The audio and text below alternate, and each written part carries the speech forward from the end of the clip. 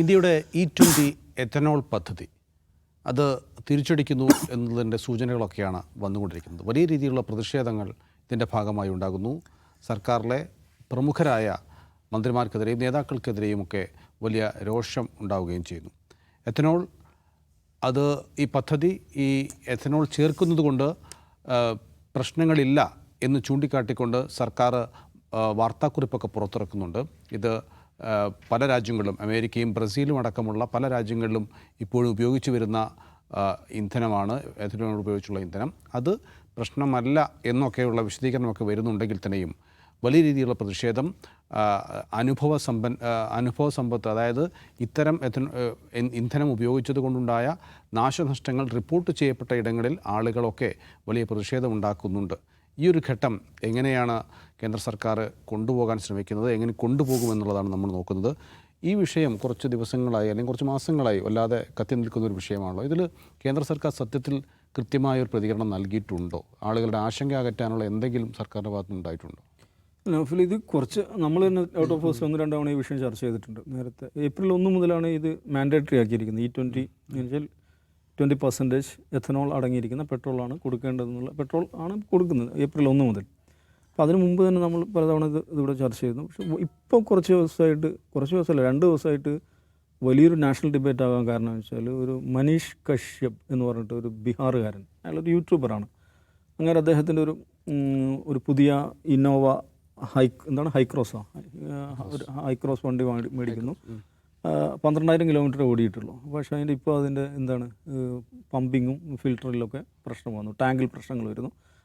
ടൊയോട്ടയുടെ service സെൻറ്ററിൽ പോകുന്നു. അപ്പോൾ പ്രശ്നങ്ങളായിട്ടാണ് പോകുന്നത്. അവിടെ പോയപ്പോഴാണ് ജർക്കിംഗ് ഒക്കെ ഫീൽ ചെയ്യുന്നുണ്ടായിരുന്നു ആൾക്ക്. സർവീസ് സെൻറ്ററിൽ പോയപ്പോഴാണ് ടാങ്കിൽ പ്രശ്നങ്ങളുണ്ട്, ഫിൽറ്ററിൽ പ്രശ്നങ്ങളുണ്ട്, പമ്പിൽ പ്രശ്നമുണ്ട് എന്ന് മനസ്സിലാവുന്നു.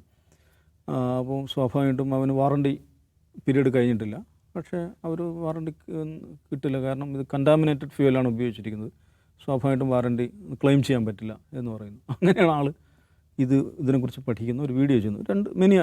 2 ദിവസം മുമ്പാണ് വീഡിയോ ചെയ്യുന്നത്. മില്യൺ കണക്കിന് മനുഷ്യരാണ് അത് കണ്ടത്. അത് ഈ ഹിന്ദിയിലാണ്, ഇംഗ്ലീഷിലല്ല, ഹിന്ദിയിലാണ്. ഈ ഹിന്ദി സോഷ്യൽ മീഡിയ സർക്കിൾ വലിയ തോതിൽ പ്രചരിക്കുന്നു. ഇന്നലെ പല ഹിന്ദി ചാനലിലും പ്രൈം ടൈം ഡിബേറ്റ് ആയിരുന്നത്. ഇത് ആ നിലക്കുള്ള വലിയ പ്രശ്നമായിട്ട് വരുന്നു. ഇതെന്താണ് ഇയാൾ പറയുന്നത്? 40 ലക്ഷം രൂപ കൊടുത്ത് ഞാൻ ഈ വണ്ടി മേടിച്ചു. 40 ലക്ഷം രൂപ കൊടുത്ത് ഞാൻ ഈ വണ്ടി മേടിക്കുമ്പോൾ ഇതിന് 8 ലക്ഷം രൂപ 18 ലക്ഷം രൂപ ടാക്സ് ആയിട്ട് പോവുകയാണ്. എന്നിട്ട് ഇവന്മാർ എൻ്റെ വണ്ടിക്ക് പണി തന്നിരിക്കുകയാണ് എന്നുള്ളതാണ്. ഈ കക്ഷി ജാതിയൊന്നും അല്ലാത്തതുകൊണ്ടുള്ള ഒരു പ്രശ്നമുണ്ട്. ആൾ നേരത്തെ BJPക്ക് വേണ്ടിയിട്ട് വീഡിയോസൊക്കെ ചെയ്തുകൊണ്ടിരുന്ന ആളാണ്. BJP അംഗവുമായിരുന്നു. ഇത് നിതിൻ ഗഡ്കരിയാണ് ഇതിന് ഉത്തരവാദി, മറുപടി പറയണം എന്നാണ് പറഞ്ഞിരിക്കുന്നത്. എന്നാൽ നിതിൻ ഗഡ്കരിക്കെതിരെ വേറെയും ഗുരുതരമായ വ്യക്തിപരമായ ആരോപണം കൂടി ഉന്നയിക്കുന്നു. ഈ പറയുന്ന ഇത് മാൻഡേറ്ററി ആക്കിയ നിതിൻ ഗഡ്കരിയുടെ 2 മക്കൾ, നിഖിൽ ഗഡ്കരിക്കും മറ്റൊരു മകൻ സാരംഗ് ഗഡ്കരി, ഇവർ 2 പേരും ഈ അഗ്രോ ഇൻഡസ്ട്രിയൽ പ്രൊഡക്ഷൻ കമ്പനികൾ നടത്തുന്ന ആളുകളാണ്. എന്ന് പറഞ്ഞാൽ ഇത് എഥനോൾ എന്ന് പറഞ്ഞാൽ ബേസിക്കലി ബയോ പെട്രോൾ എന്ന് പറയാവുന്ന സാധനമാണല്ലോ. ബയോഫ്യൂവലാണ്. പഴയ കരിമ്പിൻ ചണ്ടി, അരി, ഗോതമ്പ്, ചോളം, ഇതിൽ നിന്നൊക്കെയാണ് ഇത് എക്സ്ട്രാക്ട് ചെയ്തെടുക്കുന്നത്.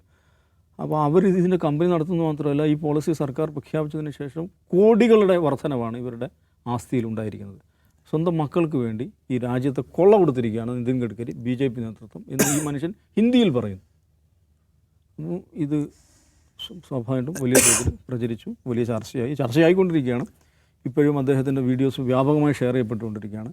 എന്ന് മാത്രമല്ല, ഇതിൻ്റെ ഒരു പ്രശ്നം എന്ന് വെച്ചാൽ ഈ നീറ്റ് എക്സാമിലൊക്കെ സംഭവിച്ചതുപോലെ മിഡിൽ ക്ലാസ്, BJPയുടെ കോർ വോട്ട് ബാങ്കായിട്ടുള്ള മിഡിൽ ക്ലാസിൻ്റെ അടുക്കാണ് ഏറ്റവും കൂടുതൽ, അർബൻ മിഡിൽ ക്ലാസിൻ്റെ അടുക്കാണ് ഈ വിഷയം ഏറ്റവും കൂടുതൽ എത്തിയിരിക്കുന്നത്. അപ്പോൾ അവർ പല നിലക്ക് വിശദീകരിക്കാൻ ശ്രമിക്കുന്നുണ്ട്. നമുക്ക് ഈ എഥനോൾ കൊണ്ടുവരുന്നതിനാന്ന് വെച്ചിട്ടുണ്ടെങ്കിൽ ഗഡ്കരി പറയുന്നത് വിദേശ എണ്ണ കമ്പനികളാണ് ഇതിൻ്റെ പുറകിലെന്നൊക്കെ പറയുന്നുണ്ട്. ഈ മുമ്പ് CPM-മാരൊക്കെ പറയുന്ന അതേ ലൈനിലാണ് പുള്ളി പിടിക്കുന്നത്. പെട്രോളിയം ലോബി, അന്താരാഷ്ട്ര ലോബി അവരാണ്. കാരണം നമുക്ക് 1.4 lakh crore rupees Forex save ചെയ്യാൻ പറ്റും നമ്മൾ ഈ 20% എഥനോൾ ചേർക്കുന്നുണ്ട്. കാരണം അത്രയും ഈ പറയുന്ന ക്രൂഡ് ഓയിൽ മേടിക്കൽ നമുക്ക് കുറക്കാൻ പറ്റും. അത് നമ്മുടെ രാഷ്ട്രത്തിന് വലിയ തോതിൽ സാമ്പത്തിക ശക്തി നൽകുന്നതാണ്, ഭയങ്കര സംഭവമാണ്. അതിനെതിരായിട്ടുള്ള കുതന്ത്രമാണ്, ശ്രമത്തിൻ്റെ ഭാഗമാണെന്നൊക്കെ പറയുന്നു. പക്ഷേ മനുഷ്യരെ സംബന്ധിച്ചിടത്തോളം ഇത് പലരും അനുഭവിക്കുന്നുണ്ട് സമാനമായി. 2023 ശേഷമുള്ള ഇറങ്ങുന്ന വാഹനങ്ങളിലെല്ലാം ഇത് കാലിബ്രേറ്റ് ചെയ്യണം. ഇതിനനുസരിച്ച് എത്തനോൾ മിക്സ് ചെയ്തിട്ടുള്ള E20 പെട്രോളിനനുസരിച്ച് അതിൻ്റെ ഫ്യൂൽ സിസ്റ്റം, പമ്പിംഗ് സിസ്റ്റം അതെല്ലാം കാലിബ്രേറ്റ് ചെയ്യുന്ന സർക്കാർ നേരത്തെ നിർദ്ദേശം കൊടുത്താൽ 2023 ശേഷമുള്ള വണ്ടികൾ അങ്ങനെ തന്നെയുമാണ്. പക്ഷേ എന്നിട്ടും വാഹനങ്ങൾ പ്രശ്നം ഉണ്ടാകുന്നു, അതിൻ്റെ ലൈഫ് കിട്ടുന്നില്ല. ഏറ്റവും പ്രധാനം ഈ മൈലേജ് ഡ്രോപ്പ് വരുന്നു, അവകാശപ്പെട്ട മൈലേജിലേക്ക് വരുന്നില്ല, പമ്പിങ്ങിൽ പ്രശ്നം വരുന്നു, ഫിൽറ്റർ കേടാവുന്നു. വ്യാപകമായിട്ട് രാജ്യത്തിൻ്റെ പല ഭാഗത്തും ഇത്തരം റിപ്പോർട്ടുകൾ വരുന്നു. അപ്പോൾ അതേക്കുറിച്ച് അവരുടെ ഔദ്യോഗിക വിശദീകരണം എന്താണെന്ന് വെച്ചിട്ടുണ്ടെങ്കിൽ അത് വേറെ നിലക്കുള്ള കണ്ടാമിനേഷൻസ്, എക്സ്പോഷർ വന്നിട്ടുണ്ടാകാം, മോയ്സ്ചർ ആയിട്ടുള്ള എക്സ്പോഷർ, വെള്ളം, ചിലപ്പോൾ അത് ഈ പെട്രോൾ പമ്പിൽ തന്നെ ടാങ്ക് ലീക്കേജ് കാരണം വെള്ളം വന്നിട്ട് ഉണ്ടാകുന്ന പ്രശ്നങ്ങൾ ഇങ്ങനെയൊക്കെ ആകാം.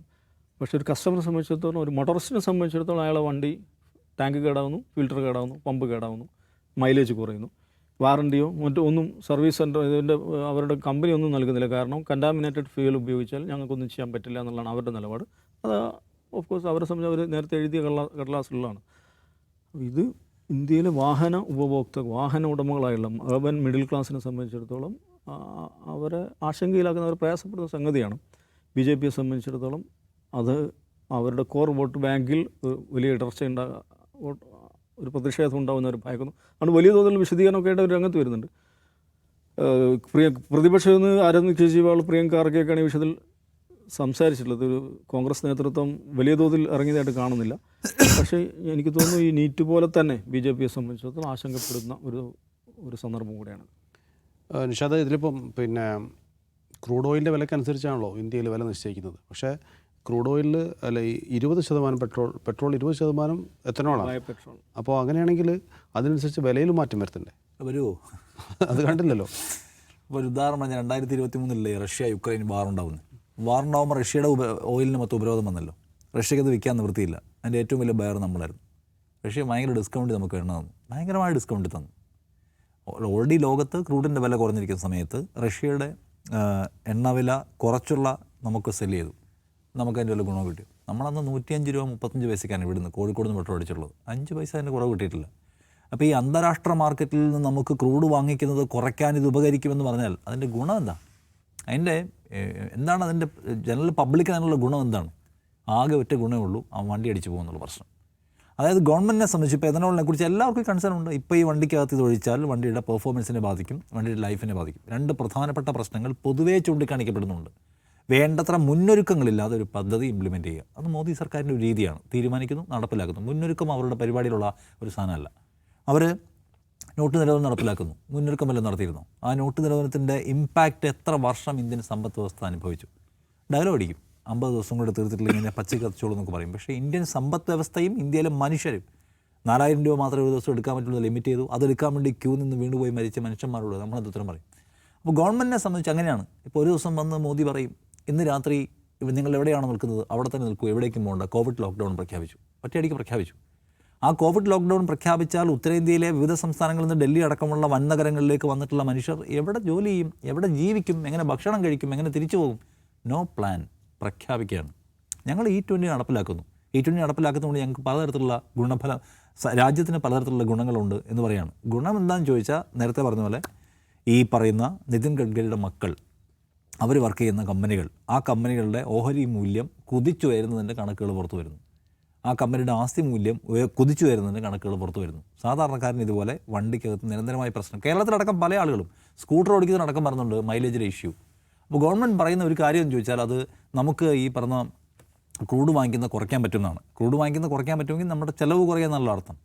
അപ്പോൾ അതിനൊരു ഗുണം എന്താണ്? വിലയിലെങ്കിലും കിട്ടിയാൽ നമുക്കൊരു സമാധാനമുണ്ട്. കുറച്ച് ക്വാളിറ്റി ലോസ് ഉള്ളതാണെങ്കിൽ പോലും വില കുറഞ്ഞാണല്ലോ കിട്ടുന്ന ഒരു ന്യായമായ സംഗതി പറയാമല്ലോ. കർഷകനെ സഹായിക്കാനാണ് എന്ന് പറയാണ്. ശരി, കരിമ്പ് പഞ്ചസാര കർഷകരെ സഹായിക്കാം. കരിമ്പ് പഞ്ചസാര കർഷകർക്ക് മാത്രം ജീവിച്ചാൽ മതി ഇന്ത്യയിൽ. കരിമ്പ് പഞ്ചസാര കർഷകരെ സഹായിക്കാനെന്ന വലിയൊരു പരിപാടി കൊണ്ടുവരുമ്പോൾ അതിൻ്റെ ഇമ്പാക്റ്റ്, അതിൻ്റെ നെഗറ്റീവ് ഇമ്പാക്റ്റ് അനുഭവിക്കുന്ന ആരാണ്? ഇന്ത്യയിലെ കോടിക്കണക്കിന് മനുഷ്യരാണ്. രാവിലെ ഒരു സ്കൂട്ടർ എടുത്ത് ആ സ്കൂട്ടറിൽ എന്തെങ്കിലും കച്ചവടം ചെയ്യാനോ അല്ലെങ്കിൽ ജോലി സ്ഥലത്തേക്കോ പോകുന്ന മനുഷ്യരെ അടക്കം ബാധിക്കുന്ന വിപത്കരമായ ഒരു പരിഷ്കാരം ഒരു കൊണ്ടുവന്നിട്ട് അത് ഈ കരിമ്പ് കർഷകരെ സഹായിക്കും എന്നാണ് പറയുന്നത്. നമ്മുടെ കേരളത്തിലെ എത്ര കോടി മനുഷ്യരെ ഇത് ബാധിക്കും? ഇവിടെ എവിടെ കരിമ്പ് കർഷകരുള്ളത്?